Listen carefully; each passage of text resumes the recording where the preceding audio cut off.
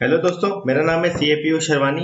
हम इस वीडियो में देखने वाले हैं, अगर आप स्मॉल सैलरी होल्डर हैं, आप कोई भी छोटे शॉप पे आप काम करते हो या छोटी फर्म में काम करते हो जहाँ पे आपको फॉर्म 16 नहीं मिलता है एंड सैलरी के अलावा आपको वो कुछ और डिटेल नहीं प्रोवाइड करता है, तो उस केस में आप आपका आईटीआर कैसे फाइल कर सकते हैं।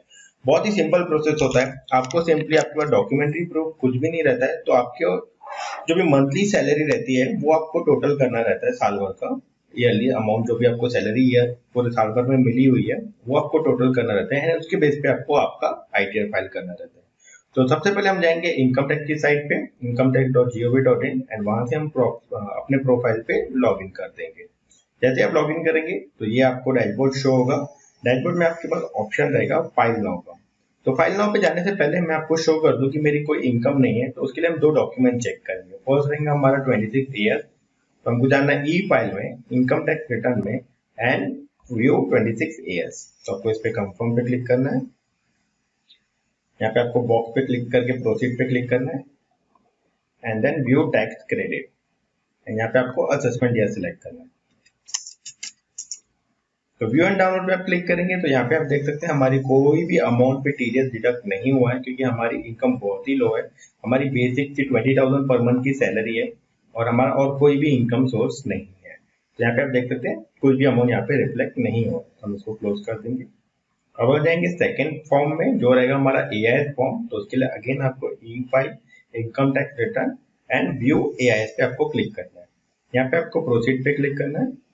देन आपको ये रीडायरेक्ट करेगा insight.gov.in पे, जहाँ पे एक इनकम टैक्स का ये कंप्लायंस पोर्टल रहता है। यहाँ पे आपको एआईएस का एक ऑप्शन रहेगा, आपको उस पर क्लिक करना है। यहाँ पे assessment year sorry financial year already selected है एंड यहाँ पे आपको टैक्स इंफॉर्मेशन सिस्टम पे क्लिक करना है। तो जैसे कि आप यहाँ पे भी देख सकते हैं कि हमारे सिर्फ परचेज ऑफ सिक्योरिटी जो हम इन्वेस्टमेंट कर रहे हैं वो आप यहाँ पे शो हो रहा है, ना सैलरी शो हो रहा है ना एनी अदर इनकम शो हो रहा है। तो जो इनकम आपकी सैलरी आपको पता है उसके बेस पे हम आईटीआर 1 फाइल करेंगे। हम इसको क्लोज कर देंगे। अब हम जाएंगे फाइल नाउ पे। यहाँ पे आपको असेसमेंट सिलेक्ट करना है 23-24, then online mode and continue. तो यहाँ पे आपको न्यू स्टार्ट फाइलिंग पे क्लिक करना है। यहाँ पे इंडिविजुअल सिलेक्टेड है, सिंपली कंटिन्यू एंड यहाँ पे आपको आईटीआर 1 सिलेक्ट करना है। Okay and then proceed with ITR. तो यहाँ पे आपके पास तीन ऑप्शन है कि आप कौन से सेक्शन के अंडर में आईटीआर फाइल कर रहे हैं। तो हमारा पहला सेक्शन है टैक्सेबल लिमिट एक्सपांड हो चुकी है एंड पे कंटिन्यू पे क्लिक करेंगे। तो आपका आईटीआर 1 फॉर्म जो रहेगा वो आपका ओपन हो जाएगा, जिसमें आपको 5 टैब। तो फर्स्ट रहेगा आपका पर्सनल इंफॉर्मेशन, सेकंड रहेगा आपका ग्रॉस टोटल इनकम, थर्ड रहेगा आपका टोटल डिडक्शंस, देन फोर्थ रहेगा आपका टैक्स पेड एंड लास्ट रहेगा आपका टैक्स लायबिलिटी का। तो हमें एक एक फॉर्म फिल करना है, ये एक एक टैब पे हमें फिल करना है डिटेल्स एंड देन आखिरी में जाके इसको सबमिट करना है। तो हम देंगे फर्स्ट टैब पे जो रहेगा पर्सनल इंफॉर्मेशन का। तो पर्सनल इंफॉर्मेशन में आपका बेसिक इंफॉर्मेशन आपका माय प्रोफाइल से ऑटो पॉपुलेटेड आ जाएगा। जो आपका नाम रहेगा, आपका एड्रेस रहेगा, आपका कम्युनिकेशन डिटेल्स रहेगा, ये ऑटो पॉपुलेटेड आ जाएगा। अगर आपको इसमें कुछ भी चेंजेस करना है तो यहाँ पे आपके पास एडिट का ऑप्शन है एंड आप उसको चेंजेस कर सकते हैं। देन आपको नीचे नेचर ऑफ एम्प्लॉयमेंट सिलेक्ट करना है। तो most of the small salary holder जो रहते हैं, जो लेबर्स रहते हैं या नॉर्मल शॉप पे काम कर रहे हैं या छोटी कंपनीज या फर्म में काम कर रहे हैं, वो मोस्टली प्राइवेट रहती है। ओके, वो गवर्नमेंट नहीं हो सकती है। तो उसके लिए आपको अदर का ऑप्शन सिलेक्ट करना है। ओके, देन आपको आगे जाना है। आगे आपसे वो पूछ रहा है कि आपका फाइलिंग सेक्शन क्या है। जो हमारा ओरिजिनल रिटर्न का ऑलरेडी सिलेक्टेड है, इसमें आपको कुछ भी चेंजेस नहीं करने। देन हम और ड्रॉप डाउन आएंगे तो यहाँ पे आपके पास ऑप्शन आएगा कि आप न्यू रिजिम में जाना चाहते हो या नहीं। हमारी जो इनकम है, टोटल इनकम, वो बेसिक लिमिट से भी कम है, तो हमें कुछ फर्क नहीं पड़ेगा हम न्यू में जाएं या ओल्ड में। तो हम ओल्ड में ही रहने देंगे। तो हम न्यू पे क्लिक करेंगे। ठीक है, तो न्यू रिजिम हम सिलेक्ट नहीं करेंगे, ना पिछले साल किया था ना इस साल करेंगे। एंड देन आपसे वो डिमांड करेंगे आपका बैंकिंग डिटेल।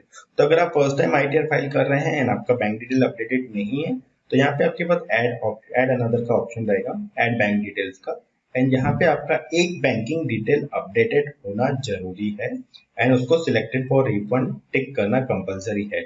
इसके बिना आप नेक्स्ट स्टेप पे जा नहीं सकेंगे। तो आप ये इंश्योर कर लीजिए आपके केस में। तो हमारे केस में ऑलरेडी अपडेटेड है, तो हम इसमें कुछ भी नहीं करेंगे एंड जस्ट सिंपली कंफर्म पे क्लिक करेंगे। तो जैसे आप कंफर्म पे क्लिक करेंगे आप देख सकते हैं कि यहाँ पे हमारा कंफर्म का टैग टिक हो चुका है, मतलब हमारा फर्स्ट इंफॉर्मेशन फिल हो चुका है। अब हम जाएंगे सेकंड इंफॉर्मेशन में जो है हमारा ग्रॉस टोटल इनकम। तो ग्रॉस टोटल इनकम पे क्लिक करेंगे। तो ये जो अलाउंसेस का रहेगा सैलरी एग्जम्पशन का, ये आप आगे भी फिल कर सकते हैं, तो इसलिए हम यहाँ पे स्किप कर रहे हैं।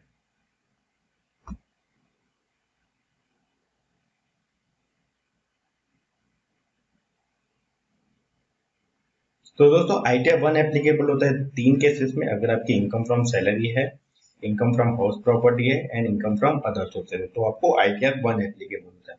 अगर आपका कोई भी शेयर ट्रांजेक्शन है या बिजनेस ट्रांजेक्शन है, उसके लिए आपको रिस्पेक्टिव ITR फॉर्म चेंज हो जाएगा। तो अब हम जाएंगे फर्स्ट सेक्शन में जो रहेगा हमारा इनकम फ्रॉम सैलरी, एंड यहाँ पे हम एडिट पे क्लिक करेंगे एंड देन आपका सैलरी का फॉर्म ओपन हो जाएगा। तो आपके केस में आपके पास फॉर्म 16 तो अवेलेबल नहीं है क्योंकि आपके एम्प्लॉयर ने आपको प्रोवाइड नहीं किया है। तो आपका जो भी सिंपली सैलरी रहेगा पर मंथ का, जैसे हमारा 20,000 पर मंथ का सैलरी है वो हमें पता है, तो हमें ना पे स्लिप मिलता है ना हमें फॉर्म 16 मिलता है। तो हम सिंपली 20,000 को इंटू 12 कर देंगे, जो हमारे प्रीवियस ईयर की सैलरी हो जाएंगी, जो अमाउंट रहेगा 2,40,000। ओके, हमें कोई भी परक्विजिट वगैरह में अमाउंट मेंशन नहीं करना है क्योंकि सिंपल आपके पास सिर्फ सैलरी अमाउंट रहता है, तो यहाँ पे और भी कैटेगरी आपको एप्लीकेबल नहीं रहेगी। Nature of exam time allowances हमारा कुछ भी नहीं है, तो हम कुछ भी सिलेक्ट नहीं कर रहे हैं क्योंकि हमें जरूरत ही नहीं, क्योंकि हमारी लिमिट बेसिक लिमिट के नीचे है। तो हम और नीचे जाएंगे तो यहाँ पे आप देख सकते हैं स्टैंडर्ड डिडक्शन जो रहता है वो हर एक एम्प्लॉय को एप्लीकेबल होता है, तो उन्होंने ऑटो पॉपुलेटेड डाला हुआ है, आपको मैन्युअली इंसर्ट करना नहीं है और ना इसको आप चेंज कर सकते हैं, और ना ही हमारा प्रोफेशनल टैक्स डिडक्ट किया है एम्प्लॉयर ने। हम सिंपली सेव पे क्लिक करेंगे।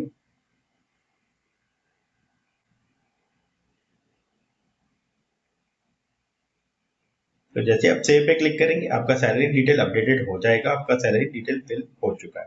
अब हम जाएंगे नेक्स्ट स्टेप पे। हमारा इनकम फ्रॉम हाउस प्रॉपर्टी नहीं है कुछ भी यहाँ पे, तो हम यहाँ पे ये क्लेम नहीं करेंगे, इसका डिटेल नहीं फिल करेंगे। अब हम जाएंगे सेकेंड एंड लास्ट स्टेप पे। अब हम जाएंगे लास्ट स्टेप पे जो हमारा रहेगा income from other sources. Income from other sources में जो भी आपका इंटरेस्ट अमाउंट रहता है या एनी अदर अमाउंट जो रहता है जो आपका रेगुलर इनकम नहीं है, वो आपका आएगा इनकम फ्रॉम अदर सोर्सेज में। तो इस केस में अगर आपका सेविंग अकाउंट इंटरेस्ट है जैसे हमारा है, तो हमारा 2100 का सेविंग अकाउंट इंटरेस्ट है, हम यहाँ पे इंसर्ट कर देंगे।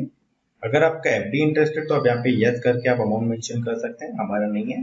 एंड अगर आपको लास्ट ईयर का कुछ भी इनकम टैक्स रिफंड पे इंटरेस्ट मिला है तो आपको यहाँ पे यस करके अमाउंट इंसर्ट करना है। मोस्टली इंटरेस्ट और income tax refund auto populated आ जाता है, बट आप फिर भी आपके केस में एक बार चेक कर लीजिए। ठीक, तो और कोई भी हमारी इनकम नहीं है अदर सोर्सेज की, डिविडेंड इनकम भी नहीं है, तो हम सिंपली कंटिन्यू पे क्लिक करेंगे।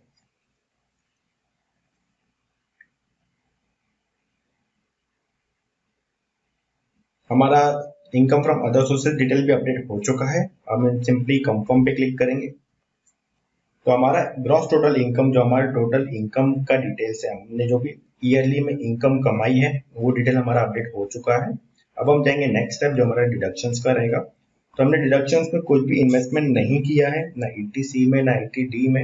हम सिंपली एक ही डिडक्शन को क्लेम करेंगे जो हमारा रहेगा इंटरेस्ट ऑन सेविंग अकाउंट, जिसका आपको डिडक्शन मिलता है अप टू 10,000। तो हमारा इंटरेस्ट अमाउंट है 2100 का, वो हम यहाँ पे क्लेम करेंगे 80DTA में। यहाँ पे हमने यस किया एंड सिंपली कंटिन्यू पे क्लिक किया। अभी तक आपका डिटेल यहाँ पे अपडेट नहीं हुआ है इन 80DTA का, आपको और मैन्युअली यहाँ पे इंसर्ट करना पड़ेगा। यहाँ पे आप देख सकते हैं 80DTA interest on saving bank account, add details, and यहाँ पे आपको अमाउंट इंसर्ट करना है, जो भी आपका इंटरेस्ट अमाउंट था, जो आपने अदर सोर्सेस में अमाउंट मेंशन किया था वो अमाउंट आपको यहाँ पे मेंशन करना है एंड ऐड पे क्लिक करना है।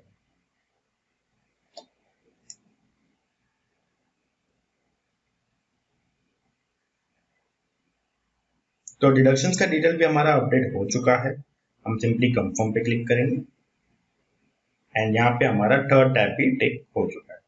अब हम जाएंगे नेक्स्ट टैब जो हमारा रहेगा टैक्सेस पेड का।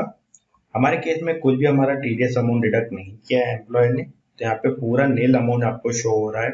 अगर आपके केस में कुछ भी डिडक्ट हुआ है तो आपको फॉर्म 16 मिल जाएगा। तो हमारे केस में हम नो फॉर्म 16 के थ्रू हम ITR फाइल कर रहे हैं विदाउट फॉर्म 16, तो यहाँ पे हमारा पूरा नील है। फिर भी आप 26 ईयर्स में एक बार चेक कर सकते हैं कोई और इनकम पे आपका इंटरेस्ट डिडक्ट हुआ है। For example interest on deposit पे बैंक डिटेल डिडक्ट करती है, तो वो आपका यहाँ पे करेक्टली रिफ्लेक्ट हो रहा है या नहीं। एंड हमने कोई भी एडवांस टैक्स पे नहीं किया क्योंकि हमारा बेसिक लिमिट के अंदर में हमारी इनकम है। हम सिंपली कंफर्म पे क्लिक करेंगे। हमारा फोर्थ टैब भी हमारा कंफर्म हो चुका है। अब हम जाएंगे लास्ट टैब जो हमारा टैक्स लायबिलिटी का टैब रहेगा, तो टैक्स लायबिलिटी पे क्लिक करेंगे।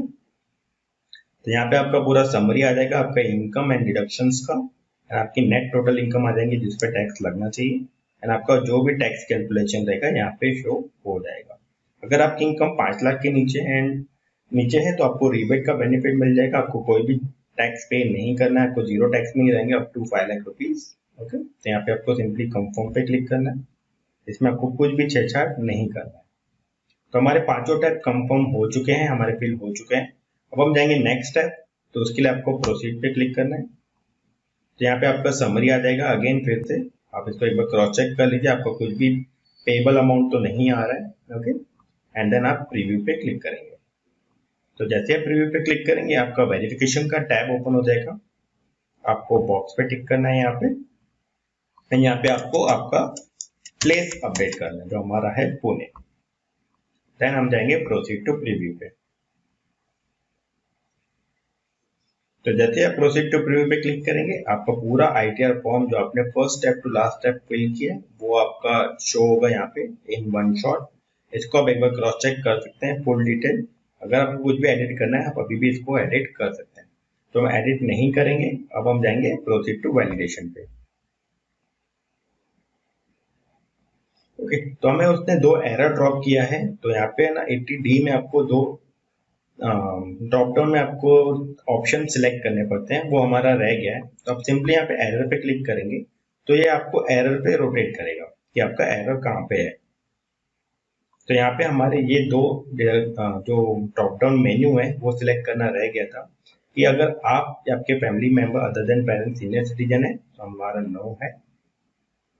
ओके, या अगर आपके पेरेंट्स सीनियर सिटीजन है तो हमारा यस है। हम सिंपली सेव पे क्लिक करेंगे।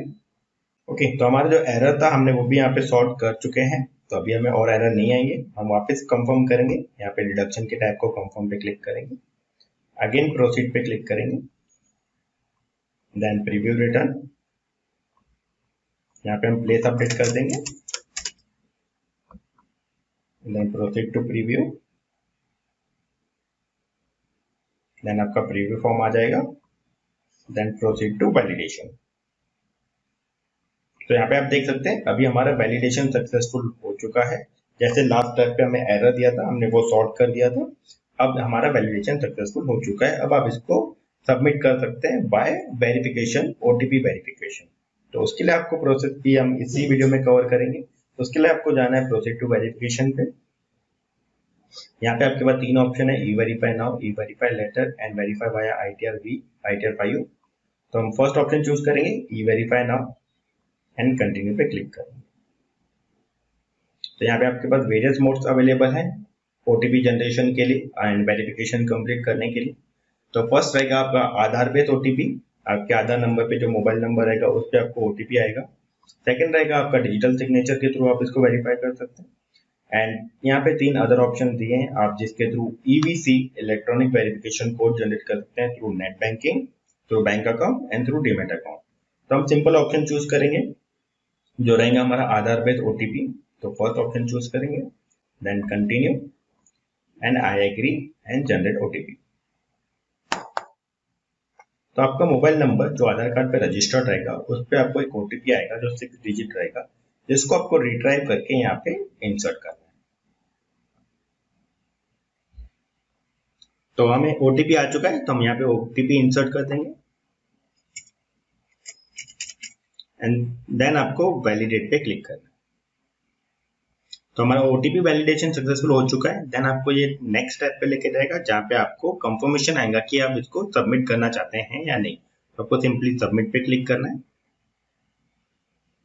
तो आपका ITR सबमिट हो जाएगा।